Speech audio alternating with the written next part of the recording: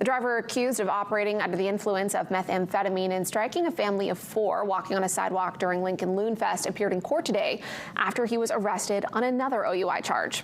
Officials say 57-year-old Carl Hartley was released on bail just days ago. Then last night around 7, multiple 911 callers reported an erratic driver in a white truck on Lee Road. Police add the driver, now known to be Hartley, failed to stop for officers when they attempted to pull him over, causing a pursuit.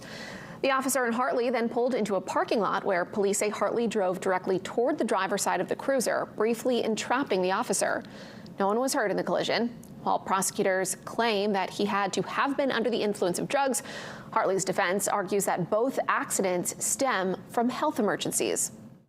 The defendant would not cooperate, and the DRE did make observations of the defendant and believed the defendant was under the influence of CNS stimulants, and the defendant did submit to a blood draw. Both of these incidents are clearly medical incidents. Mr. Hartley did give blood both times. He blew zeros both times.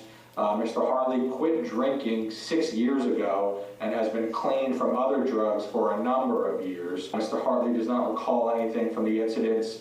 His plan is to go see a neurologist right away and then, go from there based on their recommendations.